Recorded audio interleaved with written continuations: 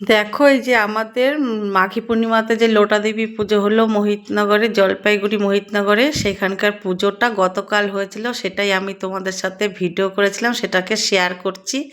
প্রথমে দেখো এখানে একটা গাছ রয়েছে, সেই গাছের পুজো কিন্তু আগে হয়। এই এটাই রীতি এখানকার।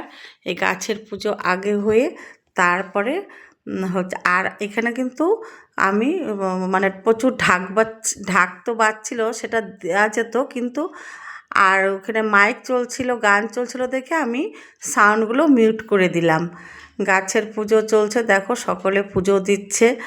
আর কত মোমবাতি, যার যা মানসা থাকে সব মোমবাতি ধূপকাঠি সব জ্বালিয়ে মাকে এই গাছের পুজো দিয়ে আগে শুরু হয়। মা দেখো সকলে দেখো পুজো পুজো দিচ্ছে, কত পুজো করেছে দেখো। তারপরে চলে এলাম এই যে মায়ের মন্দিরে। আমি ভিড়ের এত ভিড়, মানে আমি সামনে যেতে পারছিলাম না, দূরের থেকেই একটু ভিডিও করলাম। তারপরে আমি আস্তে আস্তে ওই পেছন দিক দিয়ে ভেতরে ঢুকেছিলাম। ঢুকে দেখো ভোগ, মায়ের কাছে কত মানুষ, কত লোক ভোগ দিয়েছে। তারপরে এই যে পায়রা, এই পায়রাগুলোকে যার যার মানসার পায়রা ছেড়ে দিবে, মায়ের কাছে উৎসর্গ করবে। এই দেখো ফল, কত ফল দেখেছো, কত ফল। এগুলো যে আমাদের পাড়ার বউরা সব উপোস রয়েছে, ওরা সব এগুলো আয়োজন করবে। আয়োজন, মায়ের পুজোর সব আয়োজন করার জন্য ওরা প্রস্তুত হয়ে এসেছে সকলে।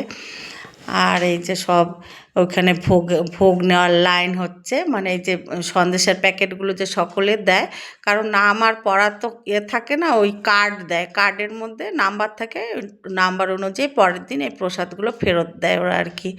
এদিকে হচ্ছে রান্না বান্না, এই দেখো এই যে সবজি টবজি সব ধুয়ে নিচ্ছে, দেখো কত রান্না হচ্ছে। সারা এই যে সন্ধ্যার থেকে রান্না হবে সারা রাত, এমন পরের দিনও সারাটা দিন আবার রাতেও রান্না হবে।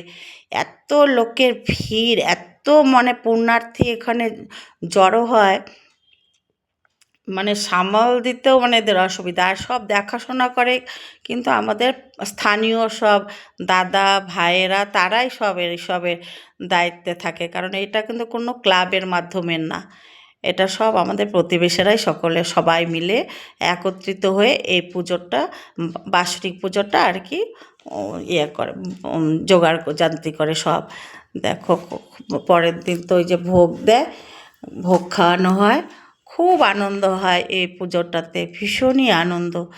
এত আনন্দ হয় পুজোতে, সবাই একত্রিত হয়ে যায়। তারপরে দেখো চলে গেলাম আমি পুকুরে। এখানে একটা পুকুর আছে, বহুত মানে কতশো বছরের যে পুকুর, মানে কেউ বলতে পারবে না। এই পুকুর নিয়ে অনেক কাহিনী আছে। যাই হোক, এই পুকুরের পুজো হচ্ছে, গাছের পুজোর পরে পুকুরের পুজো হবে, পুকুরের পুজো চলছে। তারপরে এখানে দেখো আত্মীয় স্বজন বন্ধু বান্ধব, মানে কত চেনাশোনার লোককে মা যে একত্রিত করে দেয় এই দিনটাতে, মানে খুবই মানে ভালো লাগে। আর এত মানে আনন্দ হয়, মানে যে যেখানেই আমরা, যেমন আমি কতটা দূরে থাকি তবুও চলে গেছি, এরকম দূর দূরান্ত থেকে সকলেই যায়। আর মা ভক্তদের মনোবাসনা ভীষণই পূর্ণ করেন, মা কাউকে ফেরান না। খুব ভালো লাগে। কত বছর বাদে বাদে এক একজনকে দেখি না, এত ভালো লাগে কি বলবো আর তোমাদেরকে, মানে আমি ভাষায় প্রকাশ করতে পারছি না। তারপরে আবার দেখো মন্দিরে চলে এলাম।